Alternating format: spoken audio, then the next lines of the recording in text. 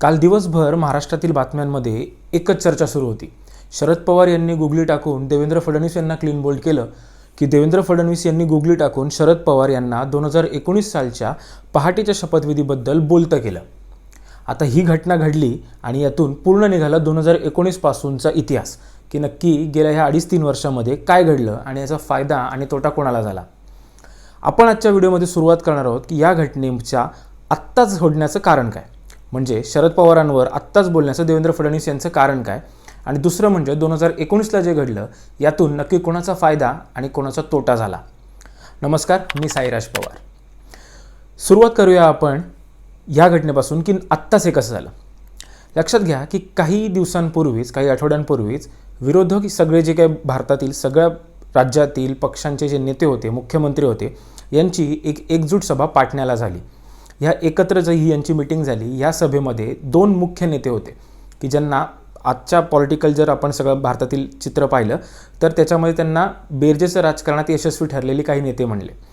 एक म्हणजे नितीश कुमार म्हणजे बिहारचे मुख्यमंत्री आणि दुसरे म्हणजे शरद पवार। ह्या विरोधकांच्या एकजुटीचा धसका म्हणूनच की काय नरेंद्र मोदी यांनी त्यांच्या भारतात आल्यानंतरच्या पहिल्याच सभेमध्ये शरद पवार यांचा भ्रष्टाचाराचा मुद्दा काढला।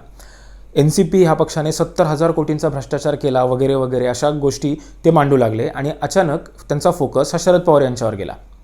पुढचा मुद्दा म्हणजे देवेंद्र फडणवीस यांनी ही जी मुलाखत दिली, ही मुलाखत दिली आहे हिंदी न्यूज चॅनल्सला। या हिंदी न्यूज चॅनल्स जे भारतभर पाहिले जातात यांना उद्देशून त्यांच्या मुलाखतीमधून देवेंद्र फडणवीस यांनी महाराष्ट्रातील नेते शरद पवार यांच्यावर आरोप केले आणि कसं शरद पवार यांनी 2019ला आमच्याबरोबरच यायचं होतं, आमच्याबरोबर येण्याच्या बोलणी त्यांनी 3-4 दिवस अगोदरच बंद केली आणि आम्हाला तोंडघशी पाडलं, या प्रकारची भाषणं केली। याचं त्यांचं म्हणणं आहे की त्यांनी ही गोष्ट आता पुढे मांडून शरद पवार यांच्यावर गुगली टाकला, म्हणजे शरद पवार यांना क्लीन बोल्ड केलं। आता देवेंद्र फडणवीस यांचं हे करायचं कारण म्हणजे सगळ्यात पहिलं तर शरद पवार हे या एकजुटीमधलं एक असं साधन आहे जे महाराष्ट्र या राज्यातून येतं आणि महाराष्ट्र हे असं राज्य आहे जे UPच्या खालोखाल लोकसभेतील सगळ्यात जास्त जागा देतं, म्हणजे 48 खासदार ह्या महाराष्ट्रातून निवडून येतात। त्यामुळे फक्त UP जिंकून इतर राज्य सोडली तर 2024मध्ये भाजप पुन्हा सत्तेत येऊ शकत नाही। त्यामुळे महाराष्ट्रावर त्यांचं फोकस असणं गरजेचं आहे। मग महाराष्ट्रातलाच नेता जर विरोधक एकजुटीसाठी प्रयत्न करत असेल इथे शरद पवार, तर सगळ्यात पहिले त्यांनाच डॅमेज करायचं। मग आता हे डॅमेज करायचं तर हे कोण करणार, तर सगळ्यात महत्त्वाचं म्हणजे महाराष्ट्रातलाच त्यांचा मुख्य विरोधक म्हणजे देवेंद्र फडणवीस। याचा फायदा देवेंद्र फडणवीस इथं काय करून घेत आहेत, तर देवेंद्र फडणवीस यांनी 2019 साली जी शपथ घेतली त्यानंतर त्यांचा 2014 ते 19चा जो ग्राफ वर चालला होता तो अचानक खाली गेला। लोकांमध्ये त्यांची विश्वासार्हता कमी झाली। अजूनही बरेच कारण आहेत ज्यामुळे देवेंद्र फडणवीस यांची विश्वासार्हता कमी झाली, त्याचा मी डिटेल व्हिडिओ केला आहे, मी तुम्हाला आय बटनमध्ये देतो, तुम्ही तो नक्की पहा। तर ही जी घालवलेली विश्वासार्हता आहे ही पुन्हा मिळवण्यासाठी देवेंद्र फडणवीस यांनी शरद पवार यांनाच मध्ये आणलं की शरद पवारांच्या सांगण्यानेच 2019 सालची शपथविधी झाला होता आणि त्यांच्या सांगण्यानेच हे सगळं घडलं होतं। याला उत्तर देऊन शरद पवार यांनी सांगितलं की हे जर मी करत होतो तर ही माझी गुगली होती आणि याला तुम्ही बळी पडलात, हे तुमचं दुर्दैव, तुम्हाला चांगली बॅटिंग करता नाही आली। तर हा मुद्दा झाला की इथपर्यंत आपण पाहिलं की हे आत्ताच चर्चेत येण्याचं कारण काय। दुसरं यातलं अजून एक महत्त्वाचं म्हणजे की महाराष्ट्रामध्ये लढण्यासाठी एक विरोधक ठरवायचं आहे। आता विरोधक जोपर्यंत उद्धव ठाकरे आहेत किंवा काँग्रेस आहे, हे विरोधक ठरलेत, यांच्या प्रत्येकावर काही ना काहीतरी लावले, म्हणजे काँग्रेसच्या विरोधकांपर्यंत अजून हे पोहोचायचे आहेत, पण उद्धव ठाकरे यांच्यावर EDच्या केसेस लावल्या, त्यांच्या जवळच्या लोकांना अरेस्ट वगैरे करणार आहेत अशा चर्चा झाल्या, त्यांचा पक्षही फोडला। त्यामुळे उद्धव ठाकरे यांना नामहरम करण्यामध्ये भाजप काहीसं यशस्वी दिसतंय, पण राष्ट्रवादी काँग्रेस याच्या बाबतीमध्ये अजून भाजपने काही स्ट्रॅटेजी आखली नव्हती। ती आता नरेंद्र मोदी यांनी फिक्स केली की राष्ट्रवादी काँग्रेस आणि भाजप ही युती काही निवडणूकपूर्वी तरी होणार नाही आहे, म्हणजे अजित पवारांबरोबर जी युती करणार होते ती काय आता होत नाही आहे। त्यामुळे मग आता हा विरोधक ठरवायचा, त्याच्यावर अटॅक करत राहायचं। ते किती यशस्वी होणार आहे हे आपण पुढे पाहणारच आहोत, पण सध्या ही सिच्युएशन आहे, यासाठी देवेंद्र फडणवीस हे करतात। आता येऊया आपण मुख्य मुद्द्याकडे। 2019मध्ये जे घडलं त्याचा नक्की फायदा कोणाला झाला। आता जसे शरद पवार आणि देवेंद्र फडणवीस याला गुगली वगैरे म्हणतात, म्हणजे क्रिकेटच्या भाषेतच म्हणतात, तर आपण म्हणूया की राजकारणातल्या ह्या 2019च्या महाराष्ट्र विधानसभेच्या निवडणुकीचा जो वर्ल्ड कप झाला, या वर्ल्ड कपमधले 3 महत्त्वाचे खेळाडू होते जे त्यावेळेला घडलं। त्यावेळेला शरद पवार, देवेंद्र फडणवीस आणि भाजप, आणि सगळ्यात महत्त्वाचे म्हणजे अजित पवार। आता एकाएकाने बघूया की आपण कोणी काय मिळवलं आणि काय गमावलं। सगळ्यात आधी आपण सुरुवात करूया देवेंद्र फडणवीस यांच्यापासून। देवेंद्र फडणवीस यांनी 2019मध्ये पूर्ण बहुमत आणलं होतं, म्हणजे भाजप आणि शिवसेना या युतीला पूर्ण बहुमत मिळालं होतं। पण ती युती शिवसेनेच्या काही आडमुठेपणामुळे आणि शिवसेनेला दिलेल्या वचन न पाळल्यामुळे ह्या दोन गोष्टींमुळे तुटली. आणि त्यावेळेला शरद पवार यांच्याशी युती करण्याचा बॅक चॅनल ट्रॅक एक चालू होता असं शरद पवार स्वतःही म्हणालेत. त्यांच्या जे काही इंटरव्ह्यू त्यांचे झाले त्याच्यातही म्हणालेत.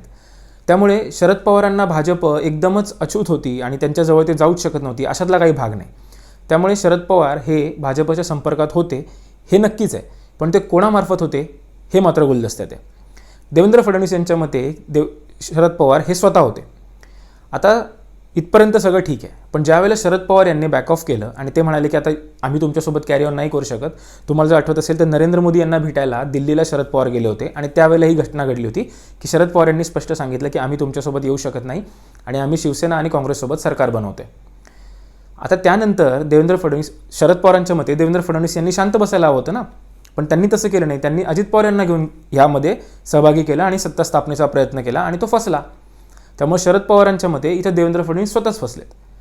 त्यामुळे देवेंद्र फडणवीसांचं तत्कालीन मोठं नुकसान झालं. त्यांची जी इमेज होती एक क्लीन राजकारणाची ती इमेज, आणि ज्या राष्ट्रवादीला भ्रष्टवादी म्हणून त्यांचे अजित पवार हे चक्की पिसिंग वगैरे करत देवेंद्र फडणवीस सत्तेत आले होते, त्यांच्यासोबत हे जाऊन सत्तेत बसले. त्यामुळे देवेंद्र फडणवीसांची जी विश्वासार्हता होती ती कमी झाली.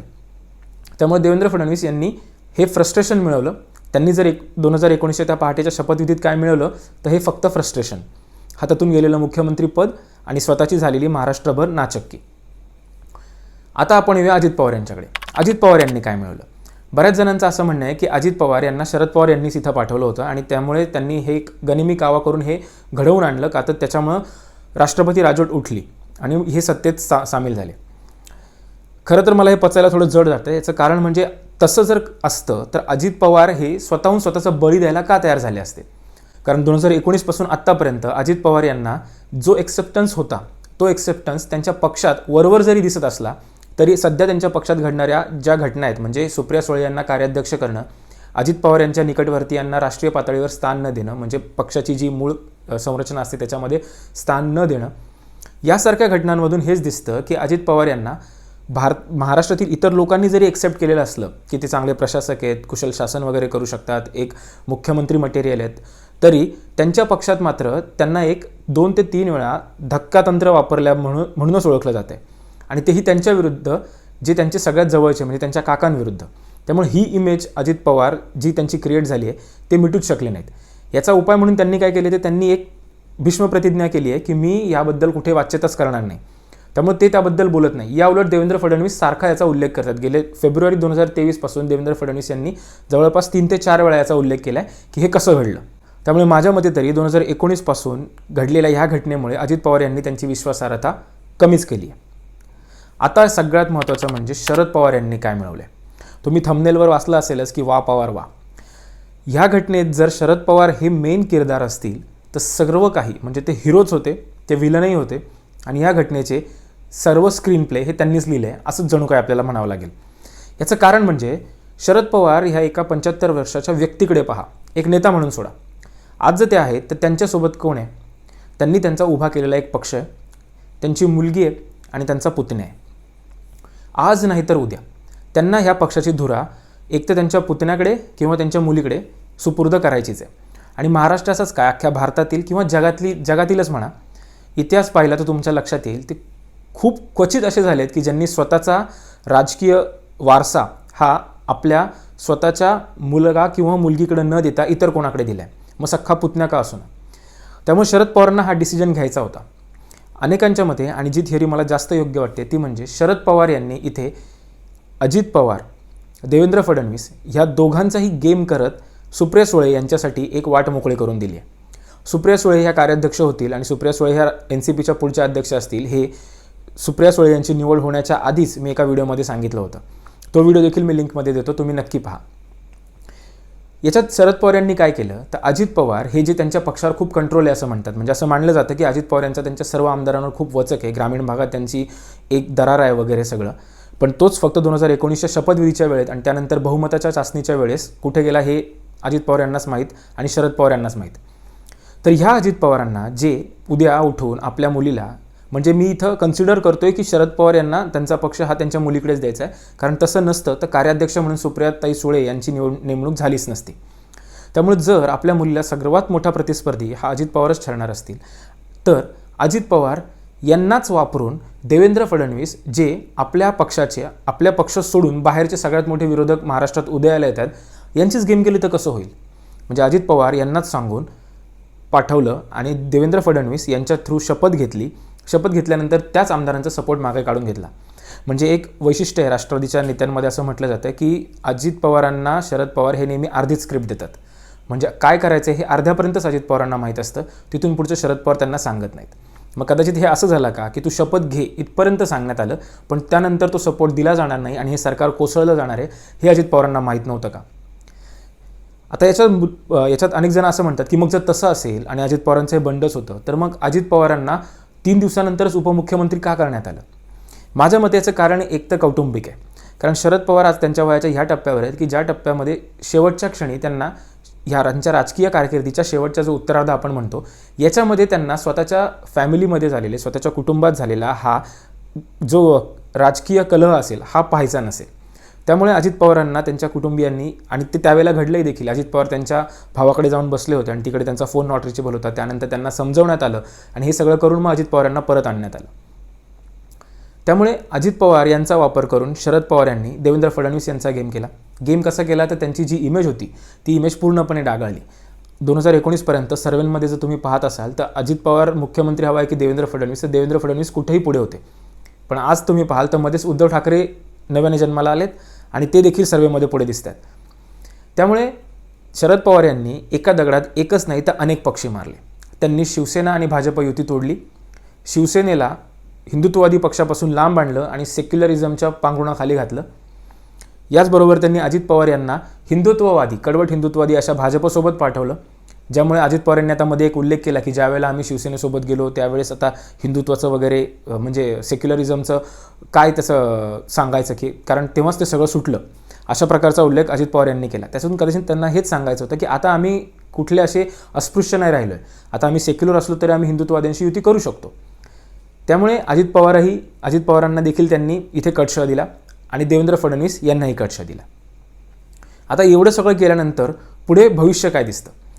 माझ्या दृष्टीने मला भविष्य आता सध्या असं दिसतंय की राष्ट्रवादी काँग्रेस ह्या पक्षाचे शरद पवार यांच्यानंतर कदाचित 2 भाग होतील. एक भाग असेल सुप्रिया सुळे आणि त्यांच्या समर्थक आमदारांचा आणि एक भाग असेल अजित पवार आणि त्यांच्या समर्थक आमदारांचा. आता इथे महत्त्वाचा मुद्दा येतो आणि जो मुद्दा मी मुंबई तकच्या एका डिबेटमध्ये कमेंट करून दाखवला होता, सांगितला होता आणि तो मुद्दा त्या अँकर जे साहिल जोशी आहेत त्यांनी वाचला देखील आणि त्यांना तो इंटरेस्टिंगही वाटला. तो मुद्दा असा होता की अजित पवार हे स्वतःचा असा बळी का देतील. आणि याच्या पुढे माझं असं म्हणणं होतं की अजित पवार ज्या वेळेला राष्ट्रवादीच्या आमदारांना हा निर्णय घ्यायचा आहे की आपल्याला सुप्रिया सुळेंना पाठिंबा द्यायचा आहे की अजित पवार यांना, त्यावेळेला लक्षात घ्या की आज जसं आम्हाला एकनाथ शिंदेंना पाठिंबा द्यायचा आहे की उद्धव ठाकरेंना, त्यावेळेला महत्त्वाचा मुद्दा आहे तो हिंदुत्व म्हणजे आयडियोलॉजी. तुमचा पक्ष कशाच्या आधारावर चालला आहे, तुमचे आयडियल्स कोण आहे, म्हणजे सावरकर आहेत की प्रबोधनकार ठाकरे आहेत की बाबासाहेब आंबेडकर आहेत, हा आयडियल्सचा जेव्हा मुद्दा येतो त्यावेळेला तुम्हाला सोपं जातं. म्हणजे आज जसे हे 40 आमदार जे सोडून गेलेत हे सगळे काय म्हणतात की आम्ही बाळासाहेबांचं हिंदुत्व पकडले, आम्ही बाळासाहेबांचं हिंदुत्व वाचवतोय. जेव्हा हा मुद्दा चूज करायला राष्ट्रवादी काँग्रेसकडे येणार आहे तेव्हा यातले आमदार काय निवडणार आहेत. म्हणजे फुले, शाहू, आंबेडकर आणि सेक्युलरिझमचा विचार सांगणारा सुप्रिया सुळे आणि शरद पवार यांचा विचार मांडणाऱ्या सुप्रिया सुळे की भाजपसोबत 2 वेळा जाऊन भाजपसोबत युती करण्यात गैर काय असं सांगणारे अजित पवार, ह्या दोघांमधले राष्ट्रवादीचे आमदार कोणाला निवडतील असं तुम्हाला वाटतं. माझ्या मते हे जे काही वातावरण आणि ही जी काही फळी शरद पवार यांनी तयार केली आहे, म्हणजे माझ्या मते तर ही त्यांनी स्वतःच तयार केली आहे सुप्रिया सुळे आणि अजित पवार यांच्यामध्ये. त्यामुळे ही दरी राष्ट्रवादी काँग्रेसला शरद पवार यांच्या नंतर कुठे घेऊन जाईल. कारण शरद पवार असेपर्यंत याच्यामध्ये काहीच होणार नाही. अजित पवार अशीच शांत राहतील, सुप्रिया सुळे अशाच पडद्यामागे काम करत राहतील. खरा मुद्दा आहे की राष्ट्रवादी काँग्रेसचे शरद पवार यांच्या नंतर काय होणार. त्यामुळे आत्तापर्यंतची शरद पवार यांची ही एक अत्यंत उच्च कोटीची अशी गेम आपण म्हणू शकतो. याचं कारण म्हणजे शरद पवार यांना 1978 पासून जे ओळखलं जातं की शरद पवार पाठीत खंजीर खुपसणार आहेत. त्यानंतर शरद पवारांच्या राजकारणात जे काही ट्विस्ट अँड टर्न्स आपण पाहिले राजकारणात त्यांच्या गेल्या 40 वर्षाच्या, त्यातला हा एक सगळ्यात मोठा आहे. कारण जिथं राष्ट्रवादी पक्ष खाली जात होता, राष्ट्रवादी पक्षाच्या 20-25 जागाही निवडून येतील की नाही असं वाटत होतं, त्यावेळेला शरद पवार यांच्यावर भाजपने देवेंद्र फडणवीस यांनी अटॅक केला, ईडीच्या कारवाई वगैरेच्या धमक्या दिल्या आणि तिथून शरद पवार पुन्हा बाउन्स बॅक केला. त्यामुळे आता शरद पवार हे त्यांच्या उत्तरार्धातील एका उच्च बिंदूवर आहेत. तुम्हाला काय वाटतं? तुम्हाला माझं हे विश्लेषण पटलं का की याच्यामध्ये अजित पवार, देवेंद्र फडणवीस या सगळ्यांची गेम करून शरद पवार यांनी सुप्रिया सुळे यांच्यासाठी रस्ता मोकळा केला आहे. तुम्हाला जर हो वाटत असेल तर कमेंटमध्ये लिहा आणि तुमचे जर वेगळे काही विचार असतील तर ते देखील कमेंट बॉक्समध्ये सांगा. मी नक्की वाचेन आणि त्याच्यावर रिप्लाय करेन. व्हिडिओ आवडला असेल तर लाईक करा, तुमच्या इतर मित्रमैत्रिणींना शेअर करा आणि चॅनलला सबस्क्राईब करायला मात्र विसरू नका. धन्यवाद. जय महाराष्ट्र.